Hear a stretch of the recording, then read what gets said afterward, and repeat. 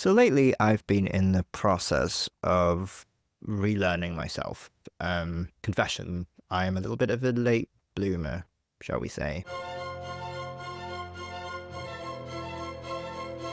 Hello, welcome to my channel. I'm Ian, and here's to a nice little cup of tea.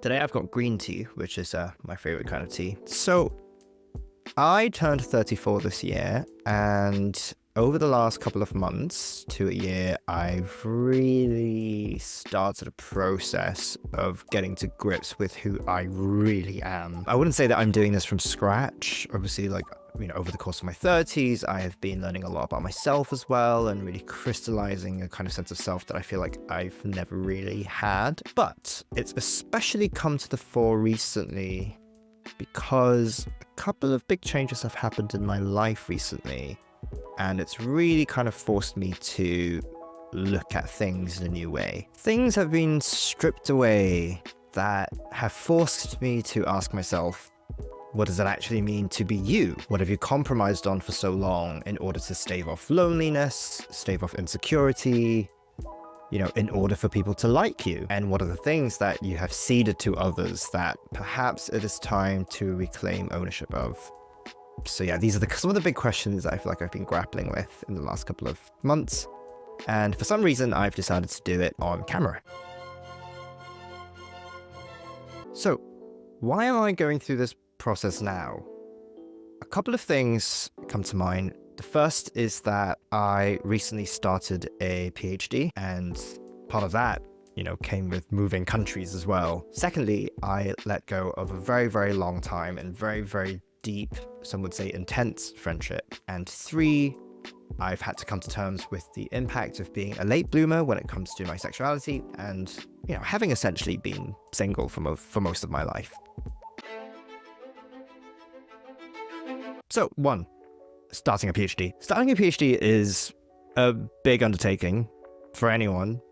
And on top of that, I moved from the UK to Ireland to pursue this PhD. And one of the big things that you have to face, I think, for a lot of people when they start something like a PhD is contending with imposter syndrome. Now, I'm pretty sure this is something that a lot of you will be familiar with.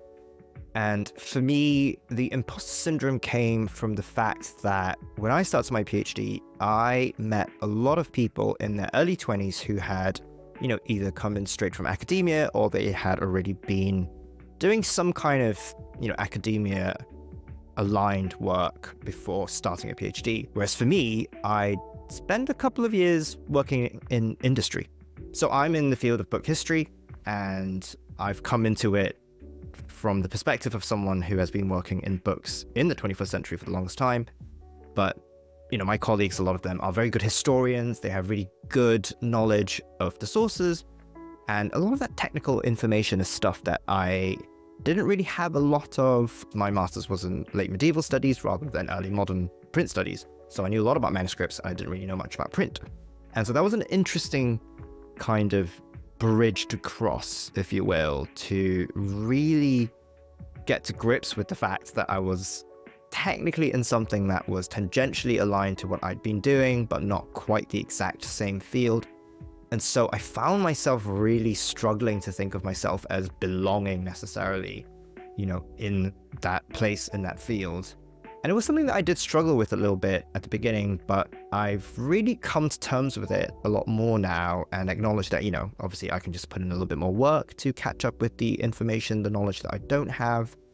But also the fact that I've come into this with a different set of skills, and that's absolutely fine.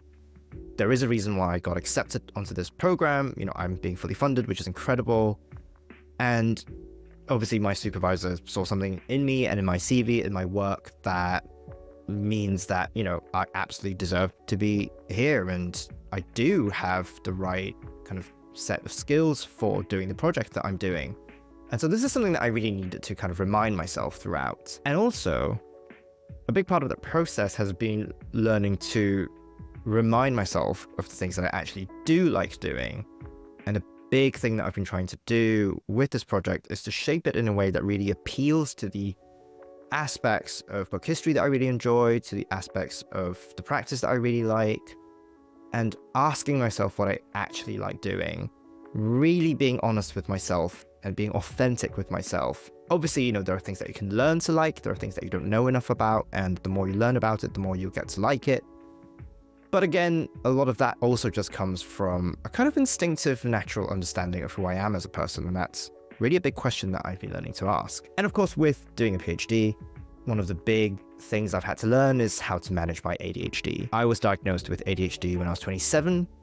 I've really learned a lot since then about how that affects my life. I'm still learning about that, but it's been really interesting trying to figure out which aspects of my life it really affects and the ways that I used to cope with those effects. So much of it is also just acknowledging the limitations that I have and figuring out systems for managing that. So that's a big part of what I've been learning to do with this PhD as well. So the second thing, I won't go too deep into the details, partly out of respect for the other person, but also because, it is fresh in a lot of ways, not necessarily in like a kind of sensitive, emotional way, but more in the sense that I am obviously still figuring out and processing some stuff. But for the longest time, I was in a very intense, and at least from my perspective, codependent friendship that had become quite unhealthy for both of us. And at least for me, it became quite difficult to untangle ourselves emotionally and mentally from each other. And breaking up the friendship was, it was difficult. It was a difficult choice to make. It was a difficult process. But I've come to acknowledge that it had to happen in order for us both to move on with our lives. Something that I once heard about relationships is that relationships don't end. They're not over. They are complete. And I think that's how I would choose to remember it. We gave each other wonderful things over the years, and now we've fulfilled what we came into each other's lives to do. But now I'm in that process of, moving on from that part of my life, and part of the process has been figuring out, what does it mean to authentically be me? What were the things that were genuinely me that I brought into the friendship and that I can now take away from it? When you've been enmeshed with someone for that long, you have to try to regain a sense of self from that and think about who you are as a person, how you behave outside of that friendship, because I think I was behaving and acting in ways that began to kind of seep into my other friendships. And I think a big part of that really came from a sense of fear of loneliness, a kind of insecurity about myself as a person. A lot of it came from people pleasing, to say the least. I will acknowledge that I think for the longest time I really was a big people pleaser. I really was and still am someone who tries to be as diplomatic as possible, who tries not to say the thing, who wants to keep the peace, wants everyone to think that I am sensible and nice and polite and friendly and comfortable to be around, etc., etc. And it's not that I want to, completely destroy all of that, but in a lot of ways, one of the big questions I've been learning to ask is, what have I compromised about myself in order to keep people around me? And is that beginning to affect me in the way of giving up on my own needs? So yeah, that's one of the big questions that I've been asking. Thirdly, last but not least, sexuality and romance. I won't lie, it's still something that I struggle with. Not the sexuality bit, I'm a happy gay man. But I did grow up in a very conservative country, shall we say, when it comes to LGBT plus rights. And in terms of, the public discourse around that, I was very lucky to have friends who accepted me, but I couldn't really be out to my family, couldn't really be open, at school, in public, whatever it was. There was never really a kind of gay community that I was around growing up. I never really dated, never really learned how to date. And I never really experienced romance until my mid-20s. And even then it was mostly kind of, embryonic. I don't even think I was very good at figuring out if someone liked me or not. And I didn't know how to read people, didn't know how to have those conversations. When I was 27, I dated someone quite seriously for about 6 months, and it was a very interesting learning process. Eventually, he decided to end it. and really broke my heart. It was a heartbreak like I'd never experienced before, because I really thought it was going to go a lot further than that, but it didn't. And I don't know if I can fully say that I've come to terms with what that has meant for me, because I've never really dated anyone as seriously since, and it's been about 7, 8 years. I know it's mad, but the fact is, I really have had to figure out what it means to have been single for so long, and what kind of effect that has on me, what kind of effects that has on my self-esteem. And I know that I've just made so many terrible choices just to try to get someone to like me. You know, I would say I have a fairly healthy sex life. I'd say it's fine. Like most gay men, I have my moments.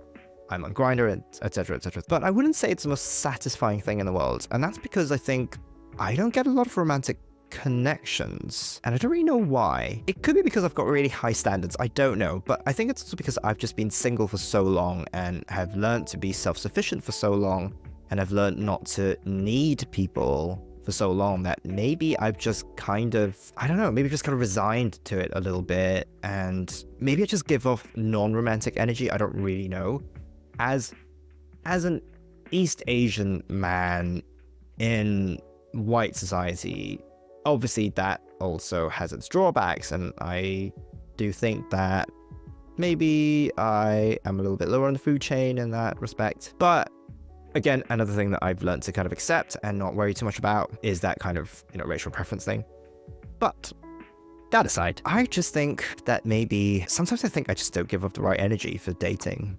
I don't know what it is, maybe it's a neurodivergent thing. But the last few months have really just been me thinking about, is it okay if I don't get a lot of romantic connections? I often think about myself and how I barely get any dates ever. It's wild. And that's, I don't even know what the word for it is. But it is what it is. And I think a big part of that as well is because I've come to it so late in life that I feel like I've missed out on all the opportunities to be young and hot and cool. I spent the first few years of my 20s going to church and trying to not be super outwardly gay.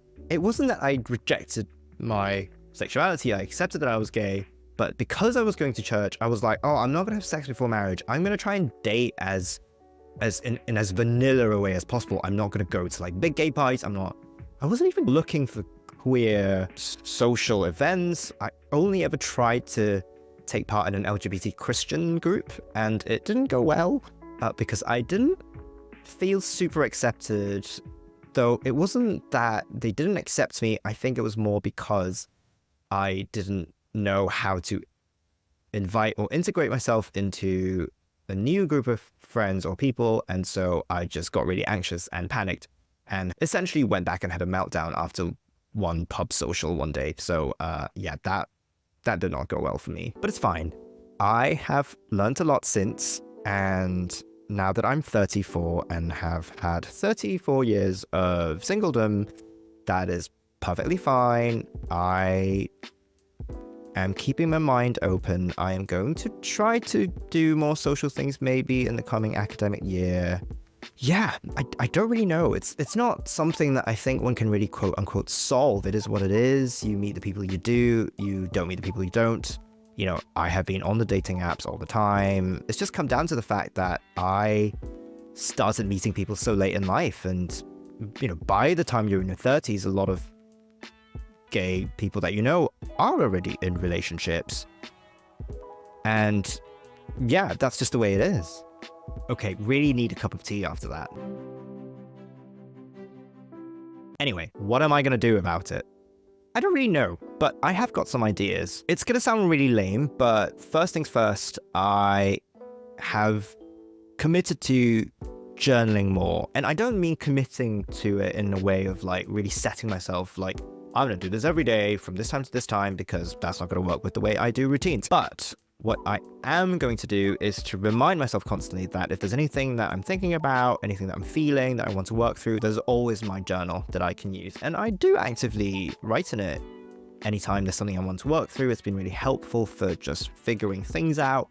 or really affirming to myself certain things that I've realized, certain things I want to commit to in terms of my ethos, in terms of my philosophy, certain answers that I accept to some of the questions that I've been asking, and really expanding on those things that I feel will help me move forward in life and grow as a person and let go of the things that don't serve me anymore. Second thing that I would like to do more of is to really just lean into the friendships that I do have and really appreciate the people that are around me and really just try to learn from them as much as I can. It's easier said than done, but a lot of it really just comes from appreciating each person for the value that they bring. And I don't mean value in like a necessarily like a cynical sense, but just who they are as a person and what kind of energy they have, how does that fit into your life, and really just being open to the way that people are and not having too many expectations of them and being open-minded to the fact that, people are just different and that's okay. Obviously, the flip side of that is also ensuring that you don't get your boundaries, crossed, and that was something that I learned the hard way, but I feel like I'm in a kind of brave new world of figuring out how I do friendships again, and it's a weird thing to be doing at 34, but I think it's necessary, especially after having, gone through so much in that respect, of just being able to kind of reassess the way that I make friends and reassess what it is that I actually like about the friendships that I have, what it is that I can kind of share with people as a friend as well. That's something that has come up a lot in the way that I've been thinking recently. Well, the third thing that I would like to do more of is to really just enjoy being myself. I've spent so much of my life just kind of rejecting myself as a person. I have struggled for a long time with self-esteem issues. Obviously, that comes up a lot from what I said about being a late bloomer and not having dated much. So really coming to terms with those things and learning to like myself, learning to look at my face and not immediately go, ugh, learning to like my body, learning to feel good about myself is something that I've really kind of struggled with a lot. I think that's maybe why I ended up, living vicariously through other people and my friendships with them, which is not a great way to do things. So yeah, I'm trying to love myself a little bit more, learn to love my life a little bit more, really appreciate what's in front of me, really appreciate what I can do, what I am about. Trusting the work of my own hands is a kind of mantra that I've recently come into, and I just think it's something that I feel like it's something that better late than never for me to learn it, so yeah. So I hope some of this has been useful or interesting to some of you. I have actually really just pressed record on this vlog and just allowed myself to talk. I wrote down some points about the stuff that I want to talk about, but a lot of this has really just been off the dome. Yeah, hope you maybe sort of enjoyed this vlog, and if you want to hear what comes next, my next sort of 20-minute ramble, if you will, feel free to like and subscribe, etc., etc. If not, have a lovely day, whatever you're doing out there, and yeah, goodbye.